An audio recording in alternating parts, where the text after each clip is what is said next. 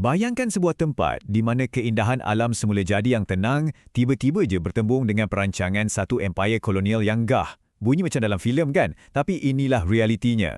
Hari ni kita nak cerita tentang sebuah bandar pesisir pantai kat semenanjung Malaysia. Bandar ni bukan biasa-biasa tau, sebab dia simpan satu krisis identiti dan rahsia besar di sebalik pertukaran namanya. Jom kita selami sama-sama. Korang pernah terfikir tak apa kaitan antara seorang pembesar Inggeris dari abad ke-19 dengan sebuah perkampungan nelayan terpencil kat kawasan payah bakau di Perak? Nampak macam tak ada kaitan langsung kan? Tapi ini bukan sekadar catatan sejarah dalam buku teks tu. Ini kisah pertembungan dua dunia yang sangat berbeza. Macam mana cita-cita pentadbiran British perlahan-lahan menelan lanskap malah jiwa perkampungan Melayu ni, sampai tinggalkan parut dan legasi yang kita masih boleh nampak sampai hari ni. Bahagian pertama, misteri di balik nama. Kita tengok dulu macam mana kedudukan geografi dan lokasi strategiknya. Okey, sebelum kita pergi lebih jauh tentang campur tangan British ni, kita kena faham dulu jiwa asal tempat ni. Dekat hujung daerah Taiping, betul-betul menghadap Selat Melaka yang luas tu, ada sebuah kuala sungai.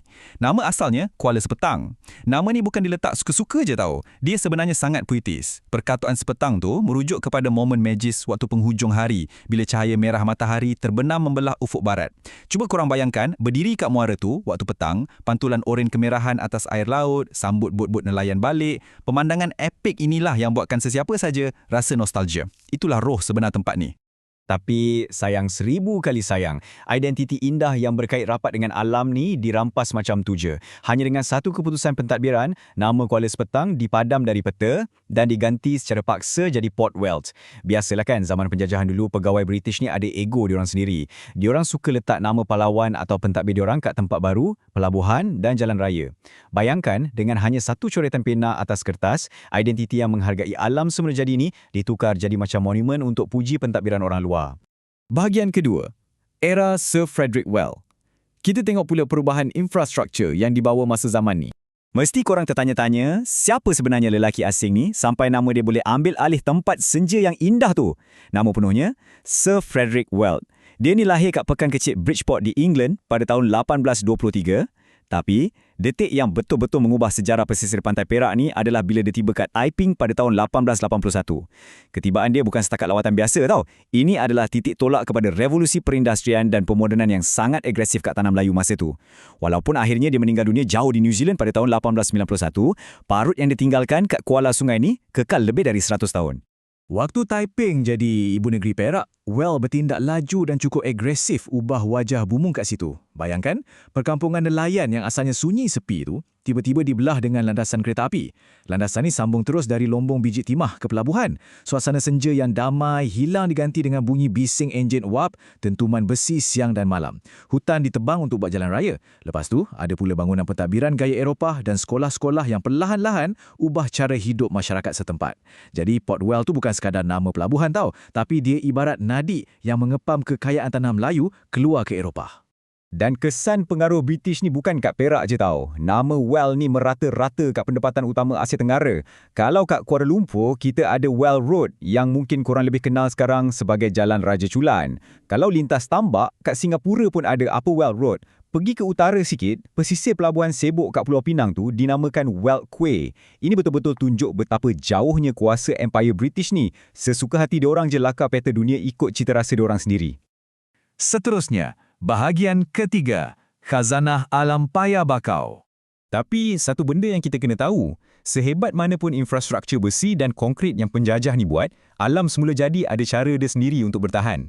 Di sebalik asap kereta api dan bunyi bising kilang tu, Bandar Kuala ni sebenarnya dilindungi oleh satu ekosistem yang sangat mega. Hutan payah bakau yang luas, berlumpur dan menghijau ni jadi benteng kat sepanjang pantai. Hutan ni dah ada lama sangat tau, jauh sebelum kapal British berlabuh kat situ. Dan yang menariknya, ia masih bertahan dan dijaga rapi sampai hari ni oleh Jabatan Perhutanan Matang. Memang terbaiklah. Bahagian keempat, dinamik politik dan pentadbiran era moden. Okey, bila empayar kolonial makin jatuh, kuasa untuk mentadbir tanah ni kembali balik ke tangan orang kita. Zaman pun berubah dan struktur pentadbiran kat Malaysia ni jadi lebih moden. Hari ni, kalau korang tengok, Kuala Sepetang secara rasminya adalah sebuah mukim di bawah daerah Larut dan Matang dan secara spesifiknya dalam mukim Jebong. Tempat ni bukan lagi kawasan terpencil yang orang tak kenal. Ialah jadi satu jaringan komuniti yang rapat dengan tempat-tempat bersejarah sekelilingnya, macam Matang, Aulung dan juga Kamunting. Di era moden ni, kuasa untuk tentukan masa depan bukan lagi kat tangan orang Eropah. Ia bulat-bulat kat tangan kita. Kuala Sepetang sekarang ni ialah kawasan Dewan Undangan Negeri atau DUN N13 di bawah Parlimen Bukit Gantang. Kalau kita imbas balik pilihan raya umum tahun 2008, suasananya memang mendebarkan gila. Masa tu berlaku pertembungan satu lawan satu yang sangat sengit. Calon PKR Tai Singa dapat 7,285 undi, berentap dengan calon Barisan Nasional Si Tian Seng yang dapat 6,721 undi. 564 undi. Ya, hanya 564. Sikit je kan? Itulah majoriti undi yang sangat nipis yang memisahkan kemenangan pada hari itu. Angka ni sebenarnya nak buktikan kat kita betapa pentingnya setiap undi yang dibuang dan macam mana kuatnya suara komuniti tempatan dalam tentukan siapa yang uruskan tempat diorang sendiri. Walaupun ada sejarah penjajahan dan politik yang panas, kekuatan sebenar atau roh komuniti kat sini sebenarnya terletak pada kerohanian diorang yang tak pernah luntur. Setiap hari, azan sentiasa berkumandang dari celah-celah hutan paya bakau tu. Ada Masjid Khairiah Matang Tengku Menteri yang bersejarah kat jalan utama, Masjid Matang Road dan Masjid Taufiqiyah yang berdiri teguh. Masjid-masjid ni bukan setakat bangunan konkrit biasa tau. Ia adalah simbol keharmonian, tunjuk betapa kuatnya ikatan warisan Melayu Islam yang menolak untuk dipadam di arus pemodenan zaman. Kita masuk bahagian kelima, legasi kulinari mi udang sepetang. Bab ni mesti ramai suka. Kalau korang pergi sana lewat petang sekarang, bau asap arang batu kereta api Inggeris tu dah tak ada. Dah diganti dengan satu aroma yang confirm buat perut korang berkeroncong. Kuala Sepetang sekarang ni ibarat syurga makanan yang tarik pelancong dari seluruh negara. Paling popular, mestilah mi udang dia yang melimpah ruah tu. Bayangkan udang laut segar yang besar-besar, dimasak pula dengan rempah ratus tradisi. Kuah dia pekat, manis, pedas, memang padu. Bisnes ni bukan je mengenyangkan perut kita, tapi sebenarnya dah pacu ekonomi orang tempatan, buatkan pekan warisan ni sentiasa hidup meriah setiap kali hujung minggu. Dan akhirnya, bahagian ke-6, Pesona UFO Barat, jiwa sebenar Kuala Sepetang.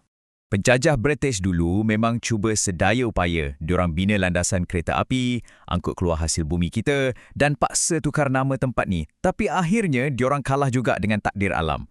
Nama Port Well tu perlahan-lahan hilang di telan zaman. Manakala nama Kuala Sepetang kembali mekar meniti di bibir orang ramai. Kenapa? Sebab tak ada satu pun binaan atau konkret penjajah yang boleh lawan perasaan berdebar bila kita tengok matahari perlahan-lahan terbenam di Selat Melaka. Keindahan senja merah tu akan terus bangkitkan rasa rindu dan memori untuk generasi yang akan datang. Dari cerita ni, jelas satu benda. Nama penjajah mungkin diukir paksa atas batu, tapi warisan sebenar sentiasa terukir pada alam semula jadi dan jiwa manusia. Kuala Sepetang adalah buktinya. Satu titik pertemuan antara sejarah kolonial, khazanah paya bakau yang ternilai dan kebangkitan identiti orang kita. Cuba korang renungkan sejenak. Adakah nama tempat tinggal korang sekarang ni bawa identiti asal-usulnya atau sekadar sisa penjajahan masa lalu? Teruskan mengkaji dan persoalan sejarah sekeliling kita. Oh ya, sebelum terlupa, jangan lupa untuk like, share video ni dan tekan butang subscribe untuk kita terus selongkar banyak lagi kisah sejarah yang menarik. Kita jumpa kat penjelajahan seterusnya.